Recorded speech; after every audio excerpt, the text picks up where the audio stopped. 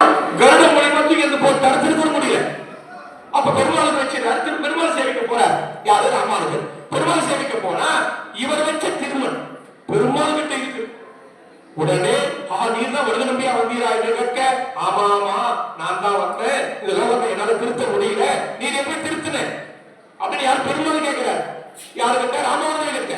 அப்பதான் சொல்றாரு, எப்பவுமே சொல்றவங்க ஆச்சாரிய, கேட்கிறவங்க சிஷ்ய, நீ எதுவும் மேல இருக்கிற, நான் கீழே இருக்கிறேன், நான் உனக்கு சொல்லணுமான்னு கேட்டார். உடனே பெருமாள் வைஷ்ணவ நம்பி ராமானுஜருக்கு ஒரு ஆசனத்தை கொடுத்து கைகட்டி வாய் முதலிட்டு கேட்கிறார். உடனே ராமானுஜர் அந்த ஆசனத்துல உட்கார்ந்தாரா? உட்கார்ல, நம்மள அதான் உட்கார்ந்து இருக்கும். அந்த ஆசனத்துல தன் ஆச்சாரியன் பெரிய தம்பி அமர்ந்திருப்பதாக மனசுல தியானம் பண்ணி பெருமாள் காதுல துவயமந்திரத்தை சொன்னாராம். என்ன துவயமந்திரம்? இந்த லோகத்துல பரபிரம்மம் என்பது எம்பெருமான் ஒருவனே, அதை நான் காட்டணும், காட்டினாதான் நீ பலிப்பாப்ப. என்ன? ஆச்சாரியன் என்பவன் வேண்டும்.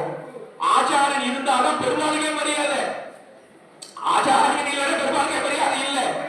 அப்போ இந்த இடத்துல அதுதான் இங்க சொல்றார், எங்கள் மாதவனே கண்ணுரனிலும் காணவில்லா உலகோர்கள் எல்லாம் அண்ணல் ராமானுஷன் வந்து தோன்றிய அப்பொழுதே நன்னரு ஞானம்.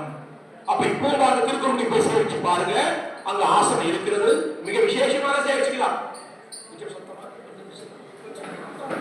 கொஞ்சம் சொத்தானா? ஓ டைம் முடியா? ஓகே, டைம் பேச மனப்பாங்க.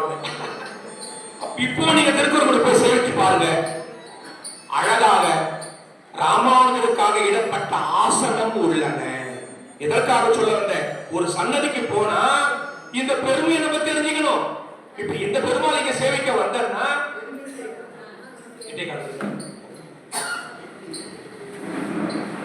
ஏன்னா நாங்க பாட்டி பேசிட்டே போனா எங்களுக்கு டைம் போட்டே தெரியாது. அதுக்கப்புறம்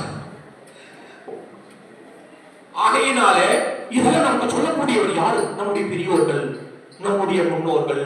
ஆழ்வார்கள் இல்லை என்றால் எம்பெருமான் இல்லை, ராமானுஜர் இல்லை என்றால் எம்பெருமான் இல்லை. ஆகையால் தான் அம்புன் அரங்கற்கும் ஆவிக்கும் அந்தரங்க சம்பந்தம் காட்டி தடை காட்டி கும்பர்தவம் என்னும் வாழ்வுக்கு சேர்ந்த நெறிகாட்டும் அவன் அன்றோ ஆச்சாரியன்.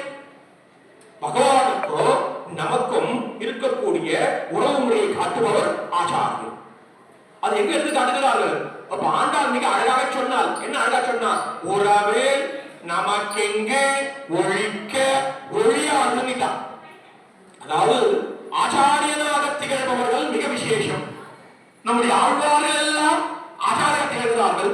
ஆச்சாரியர்கள் ஆண்டாள் வருகிறார், மிக விசேஷமாக நமக்காக உபதேசம் பண்ணுகிறார். எங்க? திருப்பாவை என்ற ஒரு 30 பாசுரத்தில் எவ்வளவு அழகா சொல்றார், வாயினால் பாடு மனத்தினால் சிந்தி கைகளால தூமலர் தூவி தொழுது. இது எங்கே கிடக்கின்றன? எங்கேயோ வேதத்திலே மறைந்து கிடக்கின்றன. இந்த விஷயத்தை வராக பெருமாள் பூமி பிராட்டிக்கு சொல்றார். அந்த பூமி பிராட்டி தான் ஆண்டாளாக பிறக்கிறார். அப்ப அந்த ஆண்டாள் தான் என்ன எடுத்து காட்டுகிறார்கள்? பகவான வாயினால பாடணுமா, மனசால சிந்திக்கணுமா, நம் கைகளால பகவானுக்கு அர்ச்சனம் பண்ண வேண்டுமா? சிவன் பாரதத்துல சுகப்பிரமரிஷி மிக அழகாக எடுத்து காட்டுகிறார். எவன் ஒருவன் தன் கைகளினாலே எம்பெருமானுக்கு அர்ச்சனைகள் செய்யவில்லையோ அந்த கையானது வீண். பிணம் இருக்கிறது அல்லவா? பிணத்திற்கும் கை இருக்கின்றன, இவனுக்கும் கை இருக்கின்றன. அதே போல் எவனுடைய ஒரு காதானது பகவானுடைய நாமதேயங்களை கேட்கவில்லையோ அவனுடைய காதும், பிணத்திற்கும் காது உள்ளன, அவனுக்கும் காது உள்ளன, வீண். ஆகையினால வராக பெருமாள் மிக அழகாக சொல்கிறார். பூமி பிராட்டி நமக்காக கேட்கிறார், என்ன காப்பாத்திட்ட, நம்முடைய மக்கள் அல்லவா பூலோகத்துல, அவங்களை காப்பாத்தணுமே அப்படின்னு கேட்கிறார் மிக அழகாக. அப்ப சொல்ற, கவலைப்படாத, என்ன வாயினால பாட சொல்லு, மனசால நினைக்க சொல்லு, நான் அவர்களுக்கு இன்னும் செய்கிறேன், இங்கிலும் செய்கிறேன் சொல்ற. அதாவது என்னென்ன அதெல்லாம் சொல்றாரு. நீங்க சர்வஸ்லோக சர்வதர்மான் கேள்விப்பட்டிருப்பீங்க, சர்வஸ்லோக ராம சர்வஸ்லோகம் கேள்விப்பட்டிருப்பீங்க. அதுபோல வராக சர்வஸ்லோகம் மிக விசேஷமாக உள்ளது. ஸ்திதே மனசே சுஸ்வஸ்தோ சரீரோ சத்யோன்னர தாது சாம்யே ஸ்திதேஸ்வர்தா விஸ்வரூபஞ்ச நாமயம் ததஸ்தம் மயமானம் துகாஷ்டபாஷான ஷண்டிவம் அகம் ஸ்மராமி மத்பக்தம் நயாமி பரமாம் கதி. பரமாம் கதி என்று காட்டுகிறார் சுவாமி அழகாக. யாரு? வராக பெருமாள். என்ன சுவாமி எங்களுக்கெல்லாம் ஒண்ணுமே புரியலையே, கொஞ்சம் புரியுற மாதிரி சொல்லுங்களேன். அதுக்கு நமக்கு ஆழ்வார் தான் நல்லவர். நம்ம ஆழ்வார் பாசுரத்தை சொல்லிட்டா மிக விசேஷமாக புரியும். சொல்றவர் யாரு? நம்ம ஆழ்வார். என்ன சொல்றாரு மிக அழகாக. இப்போ 4 பேர் வராங்க.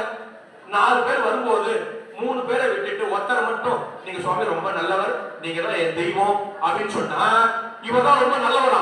3 பேர் நல்லவர் இல்லையா? சொல்றவர் யாரு? நம்ம ஆழ்வார். என்னடா சொல்றாரு? அதான் திருவிருத்தம். என்னடா சொல்றாரு? ஈனச்சொல் ஆயினுமாக எரிநிலை வையம் முற்றம் ஏனத்துருவாயிரந்தவிரான் இருங்கற்பகம் சேர் ஞானத்தவர்க்கும் மற்றல்லாதவர்க்கும் ஞான பிரானை அல்லாது இல்லை. நான் கண்ட நல்லது, நான் கண்ட நல்ல தெய்வம் யாரு? வராக பெருமாள் நல்ல தெய்வமா? மற்ற தெய்வம் நல்ல தெய்வம் இல்லையா? இத சுவாமி இப்படி சொல்றீங்களே, இதெல்லாம் நியாயமா? ஆமா, இப்ப பாருங்க, கண்ணை என்ன